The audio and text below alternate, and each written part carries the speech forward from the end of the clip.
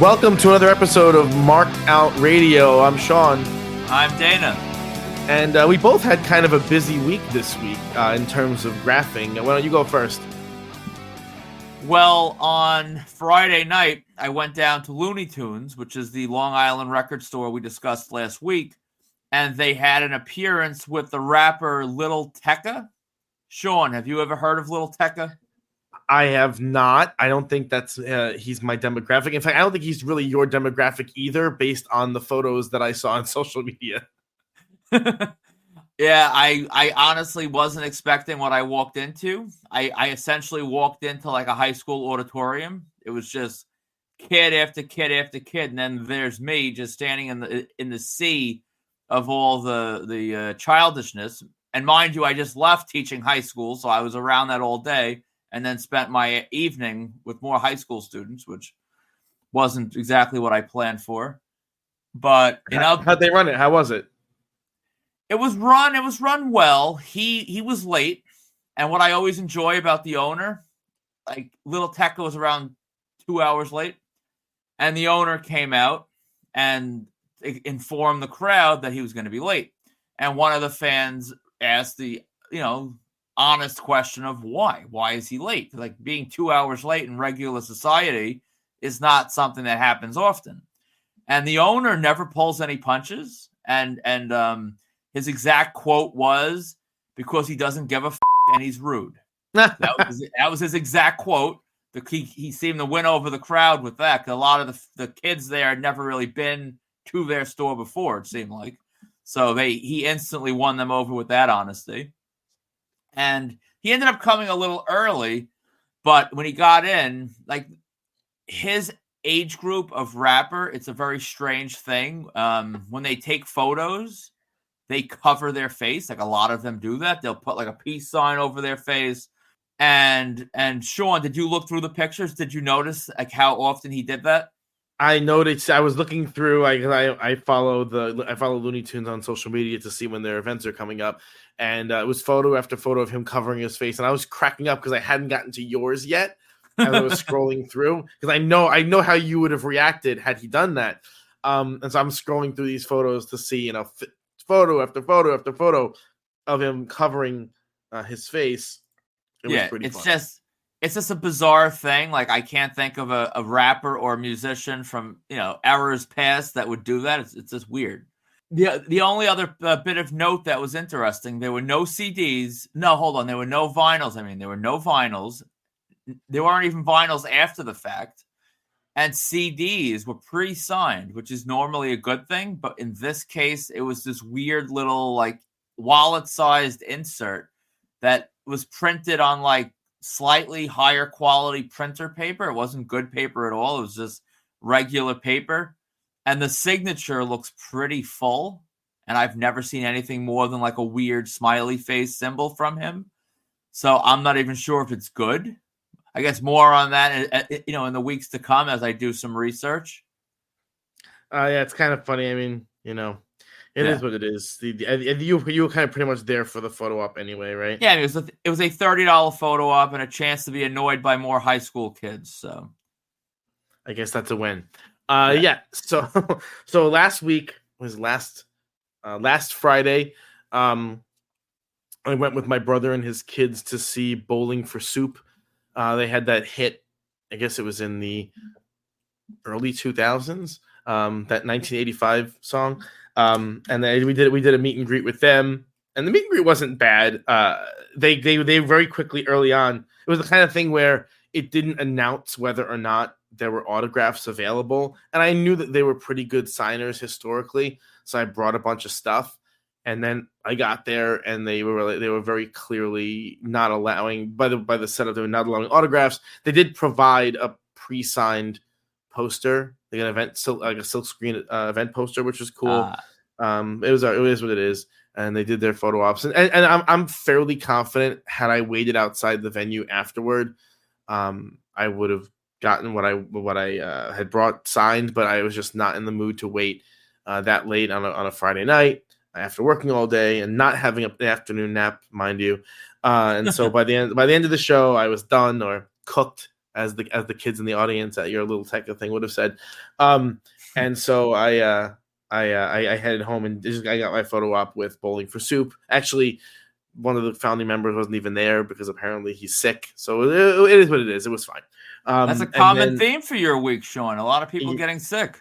I know, because I was supposed to. So this weekend, I had a bunch of stuff planned. I had at Mulcahy's in Wantagh. It was a pretty cool little venue. I had Alkaline Trio. So yeah, they've been around for like 30 years, a pretty long time. 25 to 30 years. They were at Mulcahy's, just doing a regular show. And it's actually it's a pretty funny story. I don't know if I even told you the whole story. So last time I've seen Alkaline Trio a couple times in the past few years. Last time I got them, they weren't headlining. They were second from the top. And so when I went out to the bus to get some stuff signed after the show, the two of the three guys were already sleeping on the bus. And then one guy came out for a cigarette after I waited. So I was able to get one of the three. And I understand it is what it is. If they're already sleeping on the bus, they're not going to come back out. That makes sense. And then the most recent time when I went, it was torrential downpour. So there was no chance anyone was waiting by the bus. And then so this time around, it's a perfect venue. At that venue, the bus is parked right in front of the venue. Like there's no back door. There's no hiding. There's no sneaking them out the door.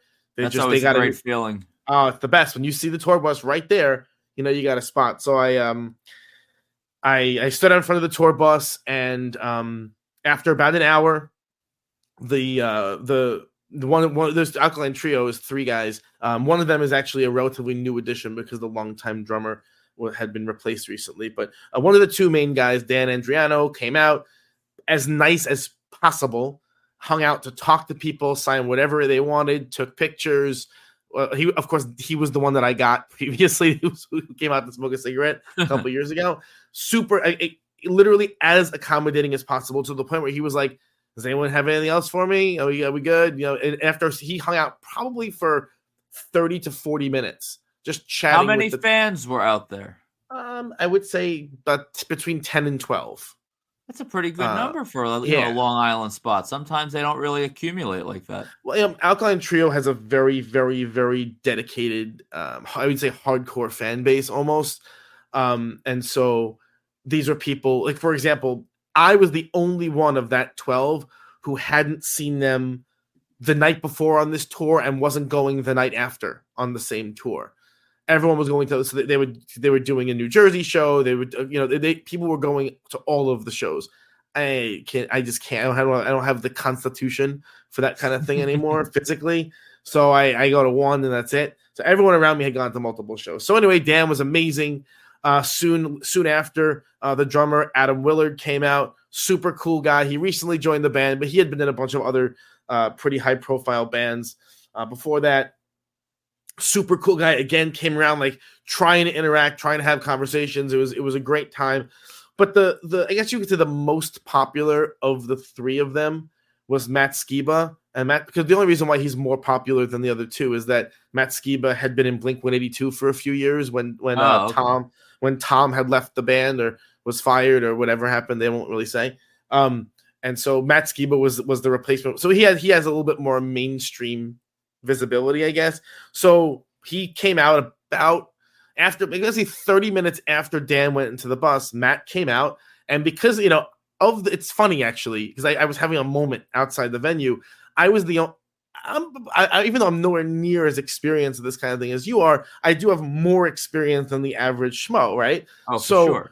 So I'm standing outside and I see Matt before anyone else does, because he comes out the side door and he's walking towards us, but he very clearly is in incognito mode. So he has like a fishing hat on and a backpack and headphones and trying to make a beeline for the bus. So I gave him the kind of hand wave. I to gesture him over to us, that we were waiting for him.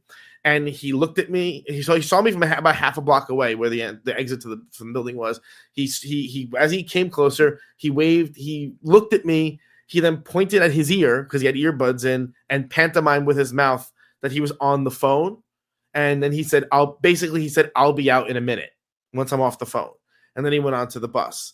And so I turned, because I was there with a couple of friends, and I turned to them and I said, Matt Skiba didn't just big time us, did he? And they don't understand that these people are not really in the hobby, you know. Yeah, so that word means nothing to them. It didn't really mean anything to them, but they kind of laughed. They took him at his word that he was going to come out because that's what he said.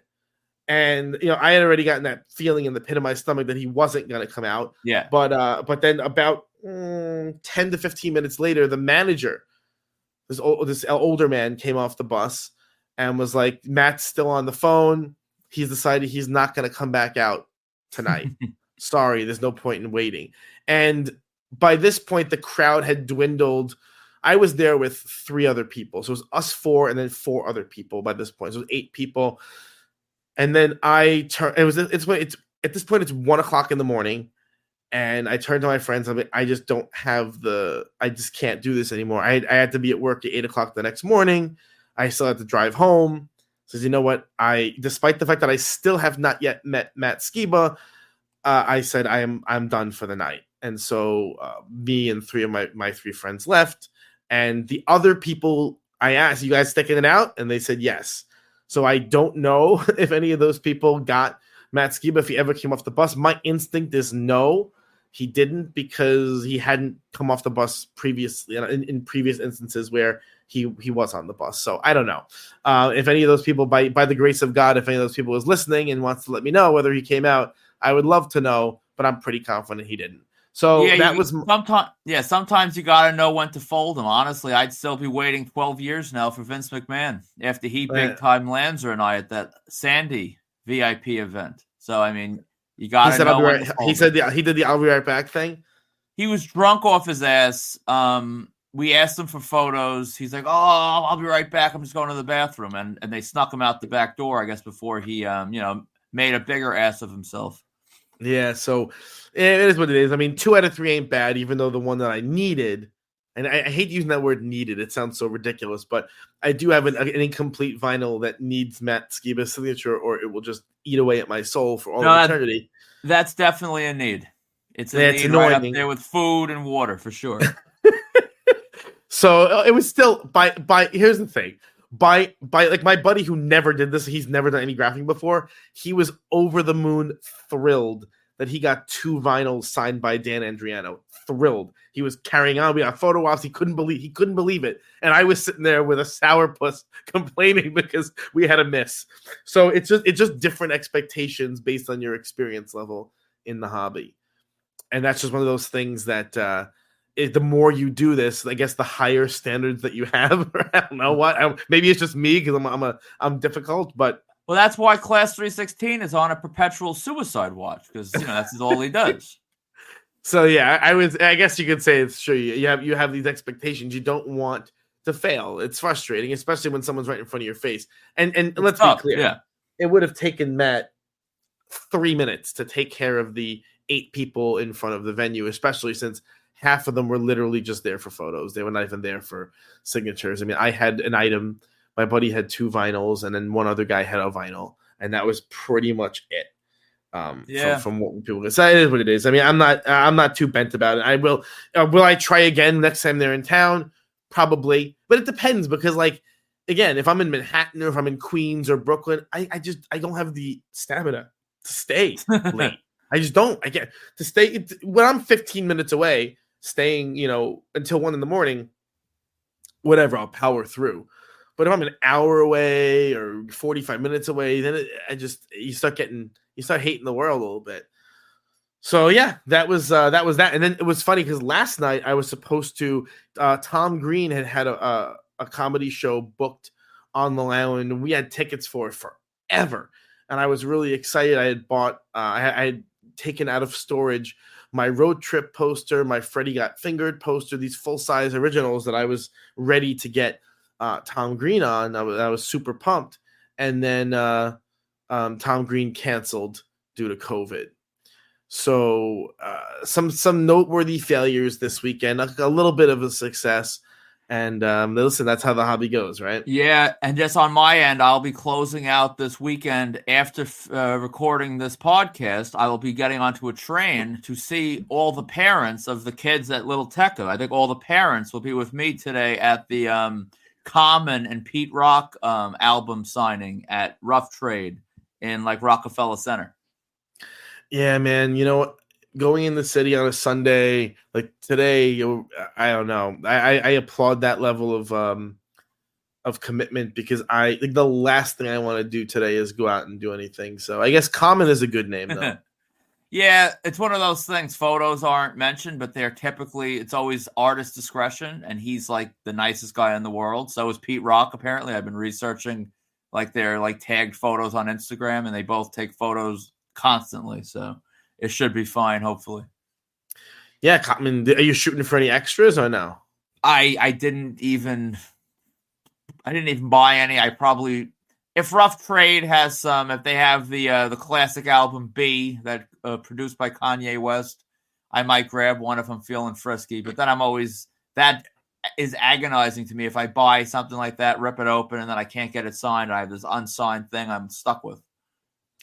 It is the cross we bear, isn't it? Yep. So we did get some more email this week that I wanted to respond to. Love the emails. Yeah, keep them coming. So first, we had another email from Martine. This one he was replying to, because the 10th episode we talked about stalking, and in his email he did put quotes around the word stalking to let us know that, like, we it is a word that people are very delicate and sensitive about. But one of the things he noticed, he brought up, was that, we in America, and this is really true, we are privileged in the sense, in a lot of ways, but in the sense that we have access to conventions. But for people around the world, they don't really have conventions in other countries, or if they do, it's much, much, much less common. And so stalking, quote unquote, or airport greeting or hotel greeting, or whatever the euphemism you want to use, is pretty much the only way that people around the world are able to meet anyone, if that's their thing, or collect autographs if that's their thing.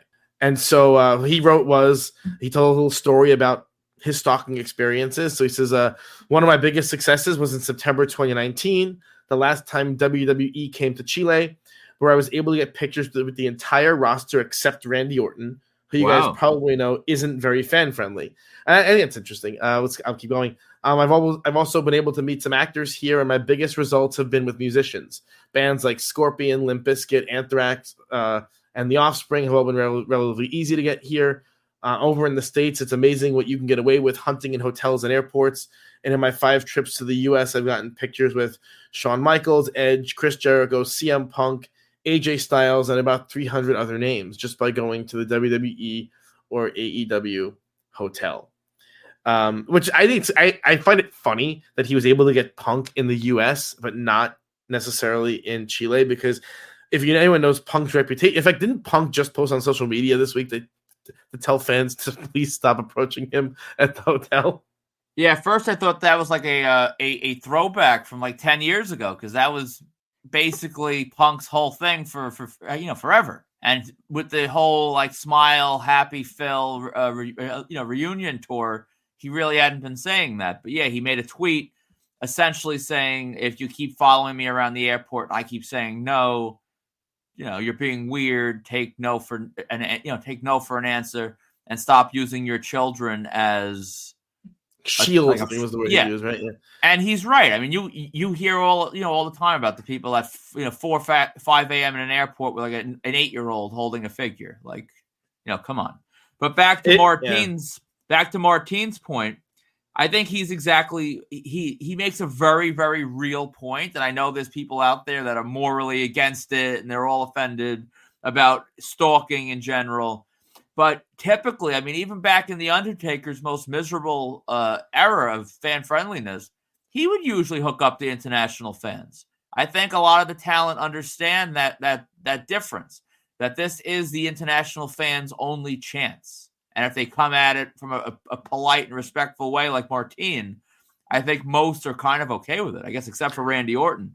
It's kind of funny because I do think that, and we touched on it in another episode, that in other countries, celebrities generally are more open to fans approaching them as opposed to in the U.S. So you'll get people. I know, like years ago when Undertaker was impossible, people would be able to get Undertaker in other countries, fairly easily. But in the U.S. you wouldn't be able to. And there are a lot of actors for whom that's true as well. Where in other countries they'll do whatever, and in the U.S. They won't.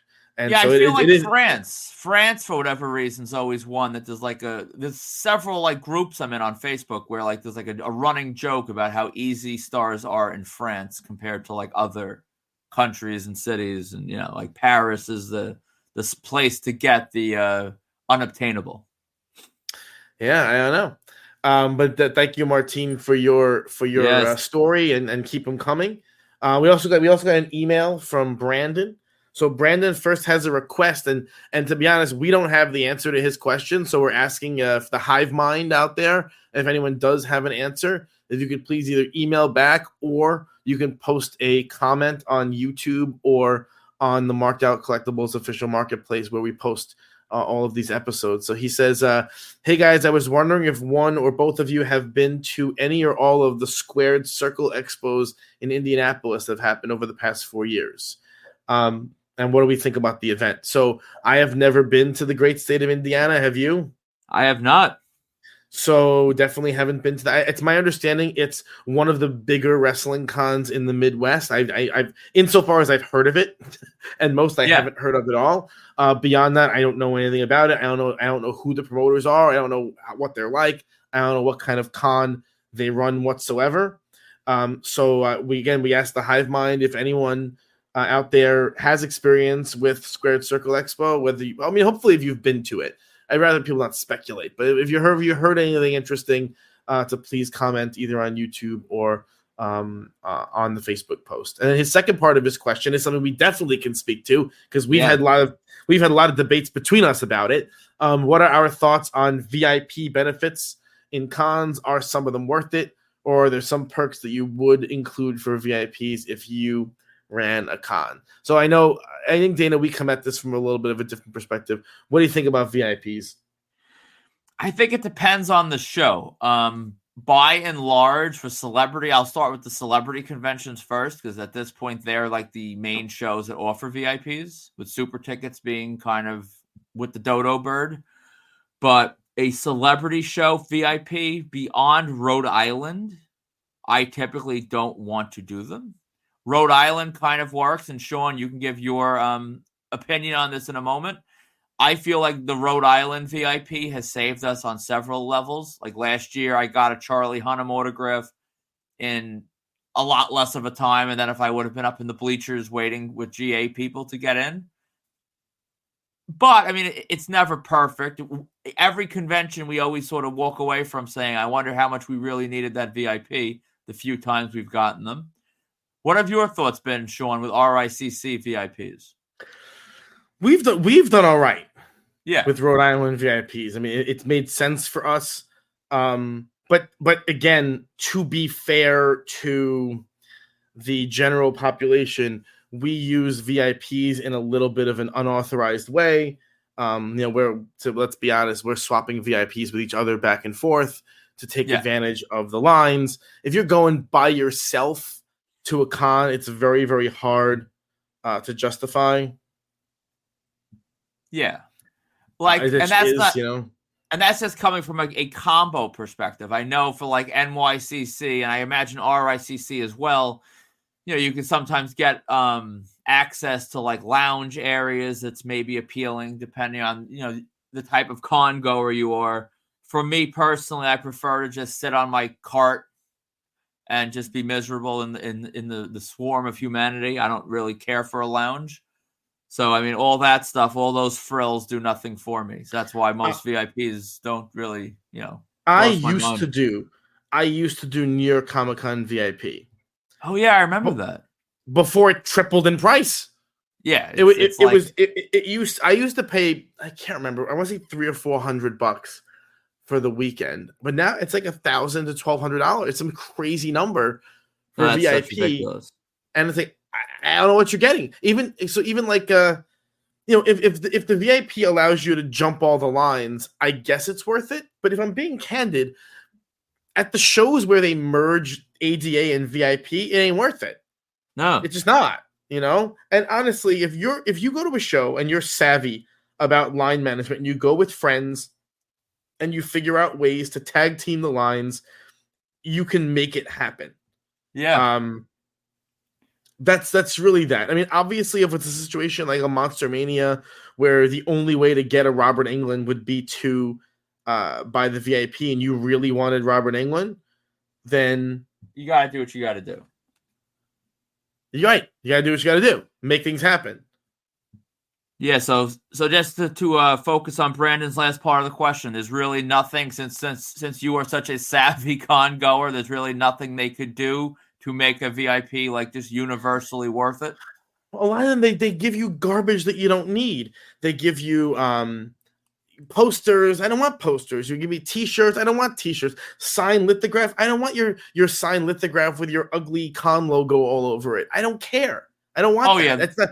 There are people who want that. There are people who buy the $30 con T-shirt at every con. I think, and first of all, who's wearing these things? Am I wearing this thing in my daily life? Absolutely not.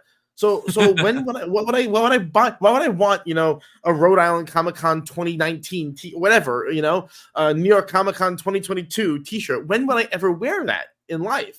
I just don't. I don't need it, and so it's a lot of junk, a lot of crap, for lack of a better word, and end up carrying it around the show the whole time. I don't need it. That's the worst part. But you will be pissed when the market finally booms and those RICC commemorative T-shirts are selling for hundreds.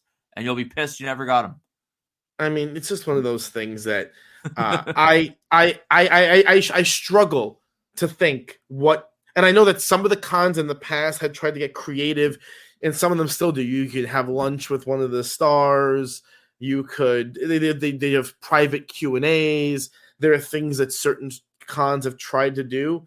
In the interest of full disclosure, those things take up so much time, and usually my con experiences are frantic in trying to get as much done in as short a window as possible, that I personally don't want any of that stuff. If you live for that kind of thing, then God bless you. Then sure. It really, I hate to say, because we kind of beat this drum all the time, but it boils down to your taste. What would get you through the door to spend the money? Because the truth of it is, and this, I guess, is one of those things that's maybe a dirty little secret, I don't know. There's ways, if you contact the management of a particular star or the management of a particular con, you can craft your own little VIP with the right, if you get to the right person and offer the right price, right? Oh yeah. So and we available. Actually know we know people who've done that. Yeah. They've carved out little private meet and greets for themselves. They've had dinner with the celebrities. That's the thing, and I the fan experiences like that don't really mean much to me. I'll speak for myself, and then Sean, you can comment. I know, like from a business perspective, when we book talent, I always find the lunch portion of the afternoon to be the most annoying of all. Like, to me, there's no real enjoyment in having lunch with Hack or Metalik or any of the, as nice and friendly as some of them were. It's just like you get these weird requests. I want this, I want that. I hate the whole idea of eating lunch with any of these people. So I definitely don't want to pay money to do it at a con, VIP. Absolutely agree. It's just not something that is for me. Not for us. But there are people who are very into it, and there are people who want those special lithographs or posters or whatever. But yeah, Brandon, great question. Absolutely great question. And I hope that our listeners can get some answers for the squared circle part of the question, because that's a good one as well. I hope someone with experience with indie can say something. So if you're shopping for autographs, please check out www.markedoutcollectibles.com. You can check out our eBay store, whose name has changed, is now Marked Out Collectibles with no dashes. To contact us for any reason, please reach out at markedoutcollectibles@gmail.com or join the Marked Out Collectibles official marketplace on Facebook. So let's get to the main thrust of this episode. So the other day, it was actually a couple weeks ago now, you were pretty excited. You sent me an advertisement for a kind of a unique sort of meet and greet. And that that little advertisement you sent me kind of sparked the idea for this episode. Yes. So what did you send me? I sent you news that honestly, as a collector, I never thought I'd see. I was extremely excited, more excited than any rational person probably should be. Macaulay Culkin. Kevin McAllister himself was going on a U.S. tour with Home Alone, doing screenings of Home Alone with a VIP meet and greet attached to it with an individual photo op, which in this, we'll get into it, but in this whole thing, the word individual is extremely important. Sean, were you as excited as I was about this? Probably not. I mean, it's cool. It's cool, but definitely not to the level that you're excited about. I was flipping out. Very cool. Yeah. So what exactly is? Can you explain? Because I don't quite get the whole thing. What exactly is so special about Macaulay Culkin doing an appearance like this? Well, I think it's a mixture of things. It's part rareness. Like, let's be honest. Let's take it back to wrestling for a quick second. Everyone aside from Sean was over the moon excited about Nails. Nails is doing these signings. Nails is at WrestleCon. This is amazing. Are you sure everyone was? Are you sure everyone was excited, or are you just projecting your own feelings on other people? Not everyone. I'll take that back. Everyone as sick and deranged as me was excited. The lunatics that feel like they need to meet every wrestler who ever sweat in a ring in the last 50 years, they were excited. People that had Hasbro collections were excited. Everyone wasn't excited. You're right. Everyone is a stretch. Because when I walked up to his table, he had no line. So it couldn't have been everyone. But there was a lot of people, I think. And if he did a lot of conventions, no one would care. He was very minor. Macaulay Culkin's not minor. But at the same time, he's extremely rare. And I think we've gotten into this on this show before. But the era that grew up watching Home Alone and his other like movies of that era that were like beloved by, the mid to late 30s crowd. What would those be? Well, Richie Rich, that was a big movie. Was it? I think it was. I remember always looking at the clamshell VHS box with like esteem and reverence. It was Richie Rich. It was big. It was a cool looking poster. It was a fun movie as a kid. I always enjoyed it. I think I'm a little old. I'm a little bit old for that. I think it was. As a child, like, you would watch Home Alone. You were, Kevin's age or maybe even younger than Kevin. And that was a movie. And that's a movie I've probably watched 150 times in my life, just throwing a number out there. And none of the big three, like Daniel Stern, I got on Broadway, but like he does private signings only. He doesn't do publics. Joe Pesci does privates only. I've never gotten him. And Macaulay Culkin, up until now, did nothing. There were a couple people that would get lucky. They'd catch him outside of like a wrestling show in California or some random place, and they'd get lucky and get like a quick selfie. But most people don't have them. So you're tapping into people now that are pushing 40, have incomes with money to blow, and this person that's rare and from their childhood. I think it's a perfect storm to blow $300-400 on just frivolousness. So what's interesting is the Macaulay Culkin event is being sold as a screening of Home Alone, followed by a Q&A, followed by an upcharge. So the majority of the people will do those two things. And then there's an upcharge to get a photo taken with Macaulay Culkin. There's no opportunity for autographs here. No. So Sean, yeah. How have you seen the general feeling about this event? Is everyone as excited and happy as I am? So it's interesting because when you sent me the link, I was like, "Oh, that's neat." I originally thought it was going to be $250. I was like, "All right, $250 for a photo with Culkin. All right, fine, whatever, YOLO, right?" And then when that was in the lead up to that day, and we were strategizing which show we were going to try to go to, because there was the Jersey show, there was the Connecticut show, which we were anticipating they were going to sell out within nanoseconds, And of course, these things go on sale right during the workday. I can't really sign in from my work network. It was a little bit of a boondoggle trying to get these tickets, and so you were able to get tickets to the Connecticut show, right? Yes. And instead of being $250 a pop, they were $350 a pop, and I kind of went that Yeah, I little kind of didn't. sound. Yeah, I didn't really clear that with you. I just sort of pulled the trigger and assumed that you wouldn't mind. I mean, it's fine at the end of the day, but $100 is whatever. But it is kind of nutty when you think about it that we're paying $350 for a photo op in this context. But anyway, so once I started seeing posts, once the tickets went on sale, once I saw posts on social media in contexts that weren't hobby, like obviously in the hobby, people were like, "Oh, cool, the opportunity to meet Macaulay Culkin," having a very similar reaction that you did.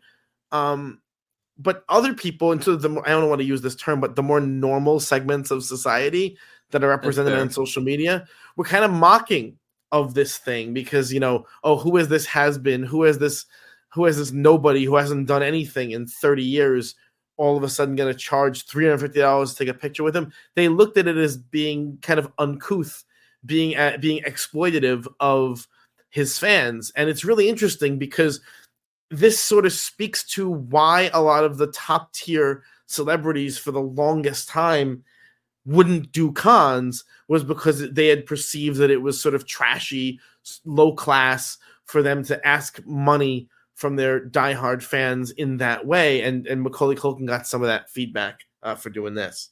Yeah, I know. I saw in the major group, in the major Facebook group, Major Pod, there was a thread about it, and there were a couple of the more serious collectors that had my kind of reaction, and a lot of people were kind of upset between, like, depending on the venue. Like, I think there was some venues that ended up being a little cheaper than we paid. I think Reading, Pennsylvania, people got in with VIP under $300. There was it was like a different, like the way it was configured, you could buy like a cheap seat with an add-on, and that worked out to be cheaper. But the overall sentiment in the Major Pod group was all this money and I don't even get an autograph. And of course, I commented, if you got an autograph, the price would probably be doubled, because when he did a private mail-in signing maybe a year or two ago, prices were pretty steep. So they're not going to give away a combo for $300-400. That just wasn't going to happen. But yeah, it's if you're not a diehard collector and you're not, someone that was a Macaulay Culkin fanatic, I guess it could seem a little pricey. And what's really deranged is that I am not a diehard Macaulay Culkin fanatic by a long shot. And as a collector, you're not really getting anything from this. You're getting a photo. There's nothing tangible you're getting. And yet here I am still dropping stupid money to go. And if you asked me to explain that, I'm not entirely sure that I could. But here I am. Appeasing the combo gods. Yeah, you could look at it that way, appeasing the combo gods. But it kind of speaks to a larger trend now of celebrities who have not yet got bitten by the con bug. Well, I guess, all right, so first, we have our tier of celebrities who historically wouldn't have done cons, at least by our definition. They're not like the horror celebrities or the D-listers who had done cons in the past. But recently, there have been celebrities like John Cusack, Helen Hunt, David Arquette, Chevy Chase, Peter Billingsley. Even Peter Billingsley kind of falls into other than rarity, he probably would be a con type person. But I digress. But these are people who they did cons, and then they also started doing these Q&As with meet and greet add-ons for additional income streams, right? And it's funny because you're going to the Peter Billingsley one. I am. I am not. It's insane, but it's rare, like you said. It's another fixture from a holiday movie, even though I think it's overrated. It's still a movie I've seen, a bunch of times in my life. And it's like 25 minutes from my door. So, I mean, there's no tolls, there's no parking, there's nothing. So, why not? Yeah, and that's the Peter Billingsley one. And that's a screening of A Christmas Story. And then what do you get for that? An undisclosed meet and greet, which, I mean, it has to include a photo op unless you just get some sort of a weird, like, hug and handshake combo, which I don't think is what they're doing. So I'm assuming it's a photo op. I have A Christmas Story 12 by 18 printed that I'll just bring. I'm assuming he'll probably be a complete knob and just say that he's not doing it because he was big with the upcharges at Chiller Theater when he did that con. He was premium pricing and sign an extra for the leg and pay extra for the lamp, the little rifle gun. he's weird and he cares about every cent. So I'm expecting to just get a photo op, but I'll try my luck. Yeah, and I mean, you're paying a lot for just that photo op of Peter Billingsley. Yeah, the way I look at it, if I would have factored in gas and tolls to get to Chiller plus admission to get into Chiller, I mean, I'm probably getting a bargain. But in any real, I'm basically getting a child star from 40 years ago who's done nothing since. And, it's all insane. There's definitely a better way I could have spent that money, but that's Here nice. we It'll are. be good. Yep. And then we had gone to a couple months ago, an interesting one. We went to the William H. Macy one, which, if I'm being honest, was not even that well attended, which it was kind of crazy to me because William H. Macy is like as close to A tier, as close to A-list without being A-list. He's like a very high B, but a really like great character actor who's been in a million things that are super high profile. I thought it would have been packed, And you found that like it was like really like maybe a week or so out, and there was still a handful of VIPs left. I don't know how like that slipped under our radar. Like originally, it wasn't. That was such a cool. That was such a cool thing because you get in there and they did that whole. You get a photo with William H. Macy and he'll sign one thing, and we're like, okay. And then we brought like two things each, and of course he signed them both. And that was such a sick. That was such a sick one. But again, it's such a weird thing. Like William H. Macy is this person who has never done a con and clearly is not on the radar of cons, but is willing to do these kinds of events like a Fargo screening as an attempt to do supplemental income. And actually, we saw an ad. I'm actually pretty pissed that I wasn't able to go to this one because it was such a cool one.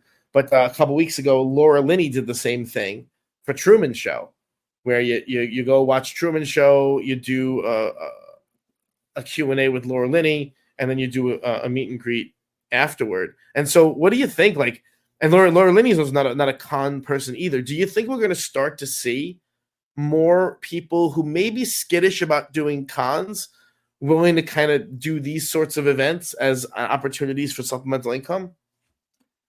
I think when you look up the word skittish in the dictionary, you're going to see Macaulay Culkin. Like that's who he is as a person. I've seen him on the street. He's very like just not open to fan interaction. William H. Macy and Laura Linney are actually somewhat friendly on the street. But I think that this whole high-end Q&A like model now that's like a thing. I think the sky's the limit as far as who we can see. My question to you would be, why is this more appealing to these types of people than doing a con? Well, I think it's a little bit less uncouth than a con. I really think that's the issue. A con, again, for a lot of these people, when they think of a con, they think of like Virgil sitting there at a table alone, begging for money, or like oh god, what was the guy's name? The guy from the Warriors who we always used to try and avoid his gaze. Crap. David Harris. Yes, him. What's his name?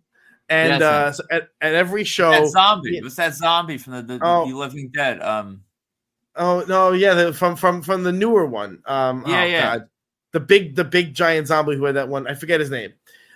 These He's guys another one though. Yeah. These guys come into the show. They never really have any lines, and then so you can see like they're just sad when they're sitting there, and the people walking by are uncomfortable walking by and not spending any money. And so there is, I think, and then there's that. And then there's also the cattle call aspect of these things, where some celebrities feel that, again, it's uncouth to take what amounts to 6 figures or high 5 figures worth of money from poor people who are waiting in line for 2-3 hours just to see them for 15 seconds. It is an odd thing, True, but just as a counter to that, because I agree with you, let's not act like these high-end Q&A meet and greets are that much more personal. They're pretty cattle callish as well. Right, but I don't think they think of them that way. I think what makes this kind of more appealing is that it's in celebration. And again, this is all semantics. This is all theater, right?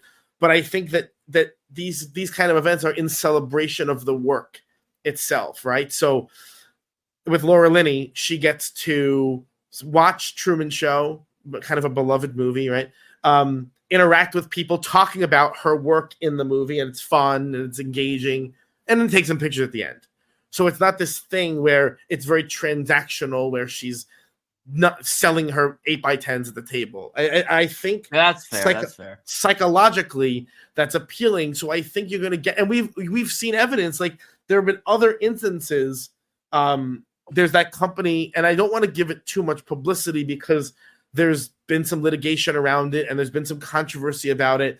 But there's that company and experience with that was running very, very high-end meet and greets with people like Stallone, Pacino, Mel Gibson, Arnold, Robert De Niro, Manny Pacquiao, where they were these very high, thousands and thousands of dollars to go to these very high-end events, where it made it seem like it was more a celebration of their career than a cattle call where they were selling a product. And I know these are very, very, very fine line kind of distinctions that are mostly BS.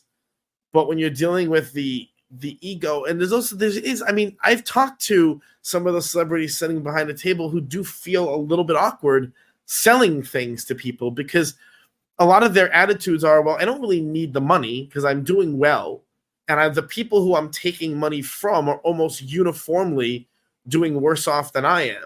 So it just feels weird to be taking money like that from them. I mean, Howard Stern talked about that all the time because people used to always beg Howard Stern to do meet and greets of some kind, or they wanted to do like a Stern Con. That was a thing that the fans had asked for a long time, where all like you get the Whack Packers in and get all the people in to, whatever. And Stern was always like, I feel comfortable. I made a whole living from my fans already, and I just don't feel comfortable selling them anything. And so Stern very much resisted like selling T-shirts or anything with his name on it, doing any kind of merchandising. He just thought it was kind of uncouth. And I think that argument resonates with a lot of people who are, in the higher bracket of celebrity, the real A-listers. I think there are obvious exceptions to that. I think that, we're in a weird moment now where genre movies can be A-list movies. Before Spider-Man in 2001 or whatever, the idea that a genre movie would be an A-list movie is absurd. The genre movies and the genre stars, by definition, would be low. They wouldn't be high-end people. They'd be low-end people. And so, but then once you had, the Spider-Man and the Marvel stuff, and now your big stars are also doing genre movies. There's a lot of bleed over between them, but also, things are so different today. There's such a bleed between. They used to be years ago. There were movie stars and TV stars, and they were separate. And TV stars were never in the movies, and movie stars were never on TV. And it would be like a step down for a movie star to appear on TV. Those lines have almost completely gone away. And even what constitutes a big star or an A-lister, I think is more ambiguous than it's ever been. And so I think so for today, you have, look, Marvel, I'm sorry, not Marvel, New York Comic Con just announced big Marvel star, Elizabeth Olsen, right? Now it's one of those things where I look at Elizabeth Olsen and I don't look at her like a star. And I know this is an area that we're going to disagree. I just don't. She's a Marvel character and pretty much that never has done anything else. And to me, that's a genre person who I don't care about. But lots and lots and lots and lots and lots and lots of people do. And her autograph is $250 plus a piece, and it's madness. See, to me, I'm not a Marvel fanatic. I used to see everyone in theaters, and then years ago, I sort of fell off, and I'm behind, and I'll probably never catch up. To me, Olsen's a star. There was that movie, what was it called, with Jeremy Renner, that she was like in the like great like snowy north, and she was like a cop or something. You probably didn't see. I mean, that movie with Jeremy Renner that I can't remember is not a ringing endorsement for her as an A-lister. Just say. Listen, it was. I did see it during the era of Movie Pass when I used to go to the movies alone every weekend on like a Sunday morning at 10 a.m. because it was free and I would just go and watch like anything. So that might be partly why I saw that movie, but it was good. I luckily have her, so I don't have to spend the $280 with fees for the photo op. I take it you're passing on her. Pass. Hard pass. How about the other big NYCC ad from yesterday? Another hard pass for me, Danny Elfman. This one is interesting for me on a sort of a con level. Danny Elfman has been known for being very, very, very easy to get. He's very accessible. Lots and lots of Danny Elfman autographs out there because he pretty much will stop for anyone on the street. That's kind of the way things have been. Yeah. So now we're in the era of Danny Elfman as high-end con guest. Again, that's very interesting to me because it's blurring the lines about what a con guest meant. I mean, New York Comic Con also has Eli Roth, sort of the same thing. Danny Elfman is an order of magnitude bigger in terms of fame than Eli Roth, but it's the same kind of deal where it's like someone who's really not even an actor who historically would never be in demand at cons. And I'm very curious how Danny Elfman will do. I have the same curiosity. For me, I'm doing a photo op. I'm splitting that with Ira. So I mean, it boils down to like under $100 each. That I know your views on people who are not like visibly seen on camera. You don't really feel the need to get a photo op. For me, I still do. To me, he's one of the more iconic composers in film history. I am a Burton fan, so I mean, I do like majority of the films he's done the scores for. But it's a lot of money. The autograph, that I would love to get like a Jack Skellington piece done by Danny. But what was the premium autograph? It was like what, $240 or something? It was $2 and change there? For sure. I don't remember. Yeah. But yeah, I mean, I guess you would say, well, because Chris Sarandon does the con circuit and he's Jack Skellington's speaking voice, but all the singing is done by Danny Elfman, right? And we've had this disagreement now for years about who the real voice of Jack Skellington is, and you were kind of a little iffy on it being Sarandon. You always brought up the Elfman point. Yes, well, look at the big one is Pocahontas, right? Because that's the one that the Disney freaks always argue about. Because the Pocahontas one, you have the singing voice and you have the speaking voice, and they both do the con circuit. And which one's the real Pocahontas? With the other Disney ones, it's easy because it's both doing the same thing. Pocahontas is the one where it's a real clear divide, A versus B. One does singing and one does singing, and Danny Elfman and Chris Sarandon is the same thing for Jack Skellington. I don't know how I feel about it. I think Danny Elfman, I would argue, is the real Jack Skellington, but the truth of it is, I don't like that movie enough to care enough to spend north of $200. That's what's starting to happen to me is. A composer, a singer, music, whatever, who's charging north of 200, and it's like 200. It's too high. It's too much. Yeah, it's just too much. And this is not. I don't know. It's a weird thing, but it is interesting that because I really thought that Elfman would stay in the shadows as kind of this easily gettable person who would never be given an opportunity. And it's another case where, wow, if Danny Elfman is doing a con, who the hell next? Yeah. Right? Because it could be anyone. Really truthfully, tomorrow, if William H. Macy or Laura Linney or Macaulay Culkin did a con, would you truly be surprised? No, not at all. And I think that's where we're at right now, where the possibilities for who can do a con have expanded beyond what our limitations were previously. And I think that promoters and agents and managers are getting slicker about drawing their clients into this world because their money is so good. Yeah. I mean, look who's doing a con. I think it's next week in Salt Lake City. Mel Gibson. That was a name when I got him in the city at Sirius when he was promoting Hacksaw Ridge. And they used to do meet and greets up there. If you won a ticket to attend the Sirius meet and greet, you would get the meet and greet.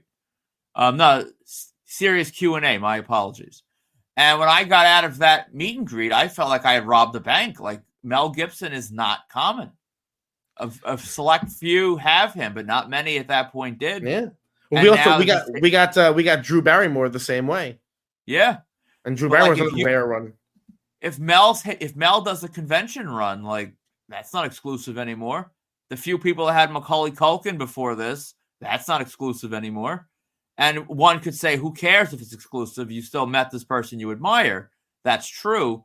But there is always a certain, and maybe just for me, but there's a certain satisfaction you feel when you have someone that's super rare and most people don't have. Do you feel that? Years ago, deranged? No, I mean, you look, years ago, we used to do the photo op game on the board. Yeah. Right? On markedout.com, we had the photo op game. And the game was, without going too deep into the nuts and bolts of the rules, ultimately the game was to show off what photo ops you had that no one else had. Right? That was ultimately the game. And, Mel Gibson or Macaulay Culkin would have been high scorers in the photo op game. And now they're not going to be anything because everyone is going to be able to get them. And it would not surprise me if we saw Mel Gibson come out and do Fan Expo Philly or Boston or one of those other shows. It wouldn't shock me at all. Once they go on a run, they typically are that. Once the seal is broken, so to speak, then they start doing them with very few exceptions. And there have been some, but with very few exceptions, they start doing a bunch. So. Unless a fan calls him sugar tits or something in Salt Lake City and pisses him off, I think he's going to keep wanting the paydays. Yeah, I mean, I'm waiting for Alec Baldwin to come around again. He did the one show and then one or two shows, whatever it was, and then they said he was going to come around again. And again, when it's crazy because when someone like Alec Baldwin or Mel Gibson or Macaulay Culkin gets announced for an event, you're like, there's no one possible who is off limits at this point. Yeah. Right. The sky is literally the limits. And that's really, it's hard if you're coming into the hobby now, it's hard really to conceptualize that because years ago there was a mentality, there were certain people who were just off limits. And in fact, when the cons used to have message boards where they would ask for guest suggestions and people would, always have these outrageous asks, they would always request Arnold and people would laugh. And now I would laugh. Yeah, of course, but that was because it wasn't possible at the time. And now I think the message is that anything is possible.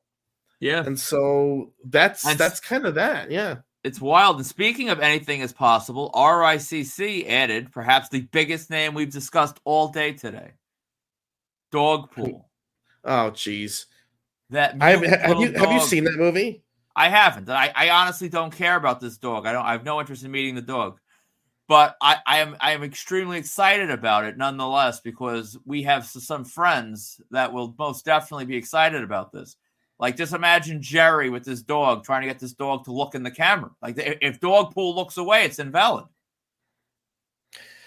Here's the thing. If I'm being totally candid, a few years ago, I did take a picture with at New York Comic Con the dog that is always on episodes of Project Runway, Swatch. So wait, I did actually. I get a photo with a dog. You also got Grumpy Cat, didn't you? I did also. I got Grumpy Cat. I paid $10 for Grumpy Cat. Yes, so I do have my own personal history of paying for photos of animals. I think this one is at another level because they're charging. I think you need Dogpool then. I didn't realize you had such an animal collection. So just to be clear, I paid nothing for Swatch from Project Runway. I think I paid $10, which was a donation to some kind of animal rescue fund for Grumpy Cat, who's now passed away sadly. R.I.P. I think correct me if I'm wrong. I think they're charging $50 for a Dogpool autograph. I didn't look. I mean, for $50, you better be able to coat that damn paw in like deco paint to like slap it onto the Funko window. I truly am at a loss for words for this kind of thing. I applaud on some level the concept of striking while the iron is hot and trying to make some money. And I know there are fans who want to look because the dog is very unusual looking and they want to take pictures with the dog. I get it. I'm not even begrudging people that to take a picture with an unusual looking animal. I remember years ago wanting to take my picture with an unusually large pig just because it was unusually large. And so I do get the thing there. It's just amusing to see the autograph piece of it, the Yeah. idea that I want to take a paw print and that this is collectible. And I made a No, joke. that's I made a joke with you about asking if we wanted to try and set up Dog Pool for a private signing. Because I'm going to be honest with you, it would it surprise you at all if a company announced a private signing with Dog Pool? I'll be honest. There's probably money in a private signing with Dog Pool. It's just I don't even know how what's your quality control. Like I don't even know how to. There's Dog Safe Inc. because there's ways they do, like there are these companies that do like paw prints on items for keepsakes, like Etsy and stuff like that. And I know there are inks that are safe for dogs because I've seen them advertised in that context. And so I imagine it's something like that. I mean, the whole thing is loony, obviously, there is a line. Even though we've joked in the past about how we are willing to sacrifice some aspects of our dignity in the name of the hobby, there are just lines that I have no interest in crossing. I just think they're just dumb, and they're just, I don't know. I can't muster the excitement. Part of the truth is I really can't get into a private signing unless there's something interesting about it for me. Either I find the person's career potentially interesting, or it's someone who we think is going to make it big and we want to get on the ground floor early, or it's someone who I'm a fan of. There has to be some juice for me to be interested in besides the money. The money is nice, but it has to be some intrigue to it. And I just have absolutely no desire to go down this rabbit hole of paw prints for animals.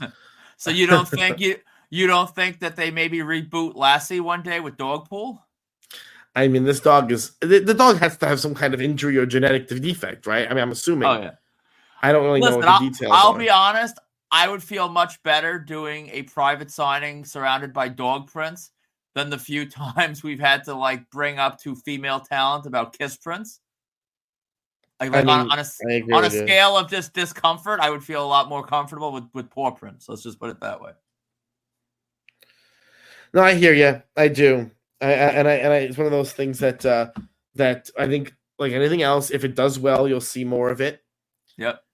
In some form or another, whenever the next animal I'm waiting to see like appearances at cons by like babies that go viral or something like that. I feel like that's the next thing to happen. Some kind of viral baby. I'm shocked the Hawk Tui girl hasn't done cons yet. Well, she was doing private appearances. She actually did one over here.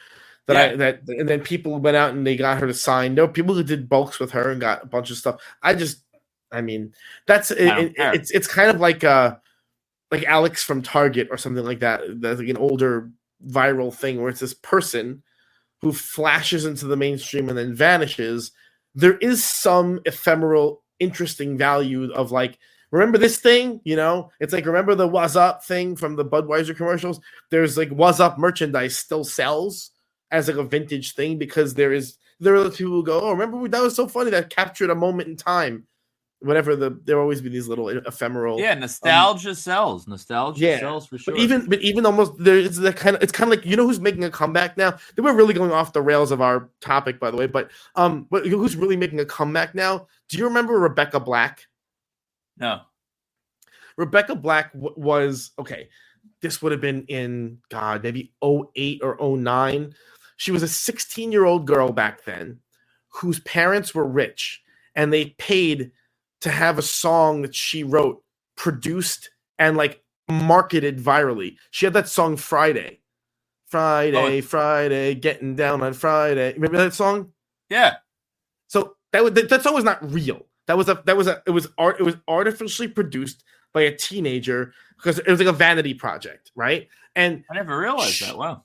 And she got absolutely mercilessly bullied for this online. Rebecca Black is a joke. She's a scam. It's pathetic. All this stuff. Okay, so I kind of felt bad because it's almost like, do you know that you ever hear of the books that later became movies, Aragon? Yeah. So that's the same story. Aragon was written by a 13-year-old kid or whatever. He was a teenager. His parents had money. They paid to have his books published. He didn't go through a traditional publisher, and then they paid marketing teams to sell his books independently. And so it wasn't like this authentic, organic process. The same kind of deal. So with Rebecca Black, she had been taunted mercilessly. So the point I'm bringing this up is Rebecca Black is having a comeback now, where she's doing like she's kind of come into her own. She's like a DJ. She does, some kind of music production. And so she's now releasing like secret club mixes of that song Friday and doing like secret club shows. And it's like these very popular events that are happening in, those popular corners of Brooklyn that I wouldn't even know how to get an invitation to. And I came across her on TikTok promoting these, viral remixes of Friday with like hundreds and hundreds of thousands of engagement, on the videos. And it's like anything else. A lot of it is there was a moment in time where a lot of people remember commiserating about or laughing about that song Friday, and that was 15 years ago. And so now, looking back, there's a little bit of nostalgia, but also it captures a moment in time. So 15, 20, 30 years from now, people go, remember that dog pool thing? Wasn't that funny? And they can show that picture. Or remember Swatch from Project Runway? Or remember Grumpy Cat? And there are people of a certain age who remember Grumpy Cat. I have a Grumpy Cat. So in my class, kids used to call me Grumpy Cat because of my natural face. Scowl. And the scowl. And my scowl is legendary. And kids bought me a stuffed Grumpy Cat. And I'm looking at it right now sitting on my shelf. And that's a moment in time. And if I brought that into school today, they would have no idea what the hell I was talking about. But for people, when Grumpy Cat was a thing, that captures a particular moment. And I think a lot of what this hobby ultimately is about capturing these specific moments where people can kind of elbow each other in the ribs and say, remember that, remember that, remember that.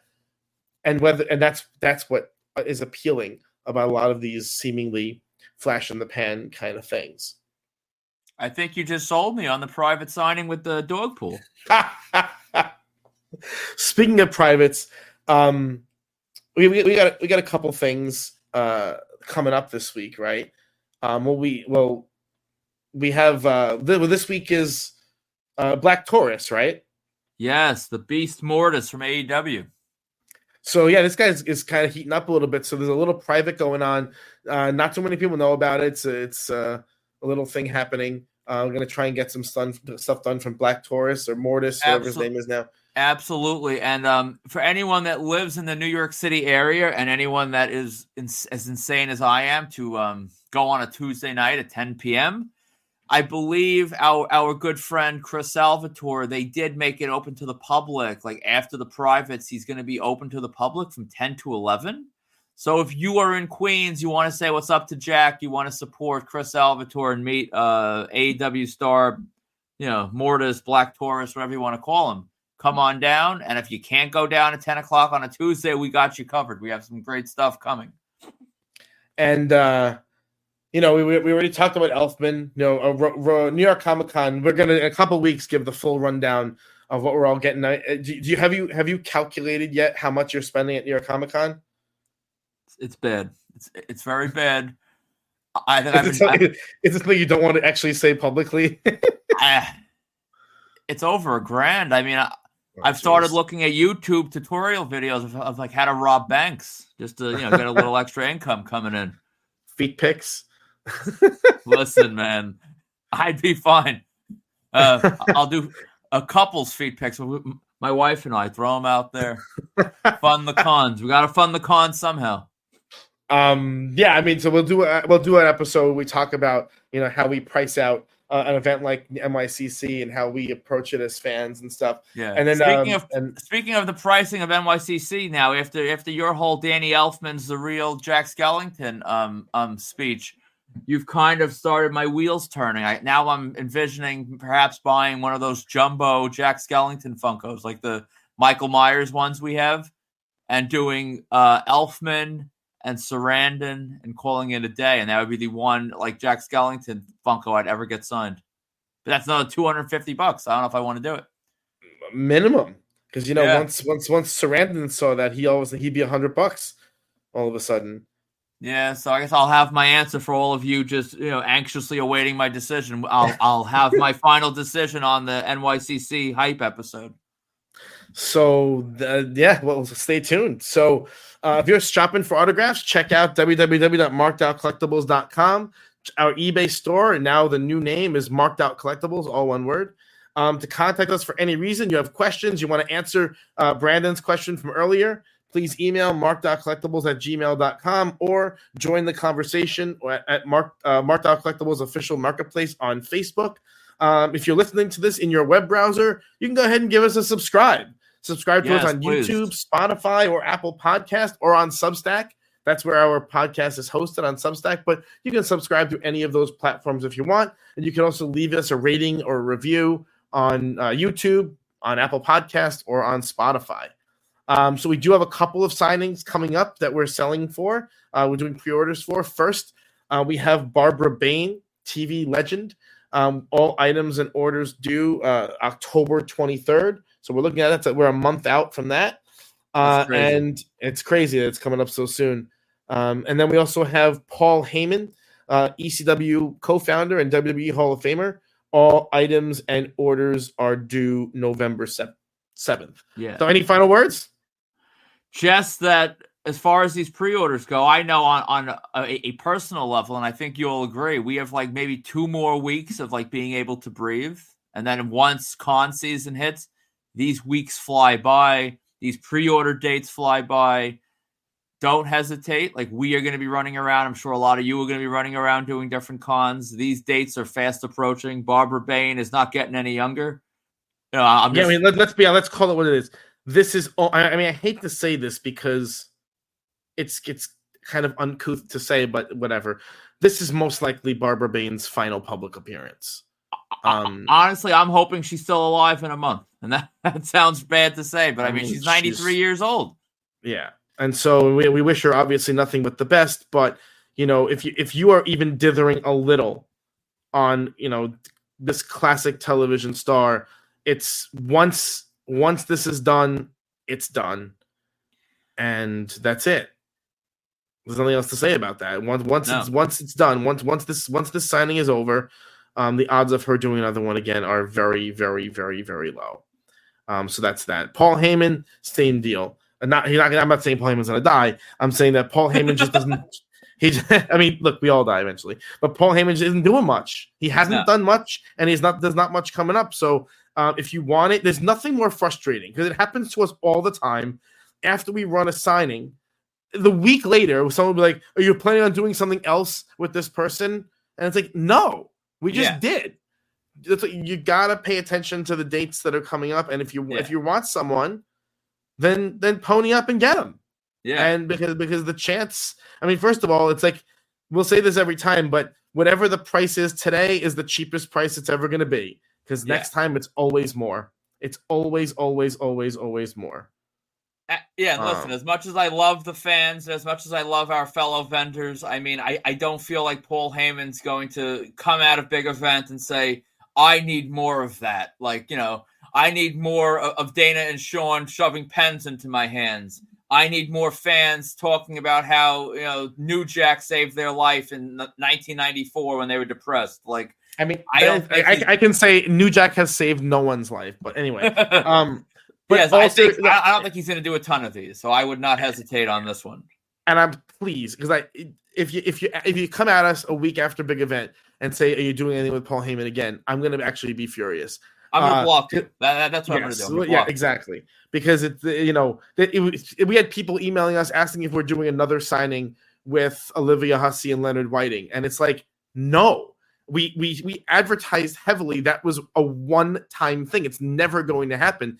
Leonard can't travel out of England anymore.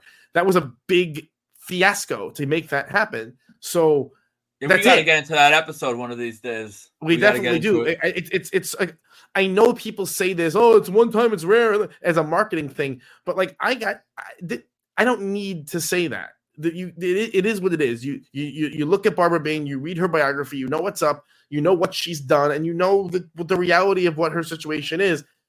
It's it. This is your chance. So do it or don't do it. But do not sit there. Do not reach out and ask what we're doing with Barbara Bain again in the future. It's an insta block. Let's commit. It's an insta block. I don't care. Agreed. So on that note, I gotta go. I gotta go get ready for actually make a spreadsheet to see how much I did spend on NYCC so far and figure out if I can actually afford it.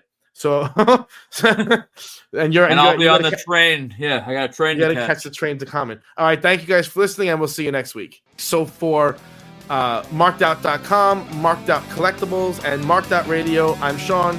And I'm Dana. And thank you very much.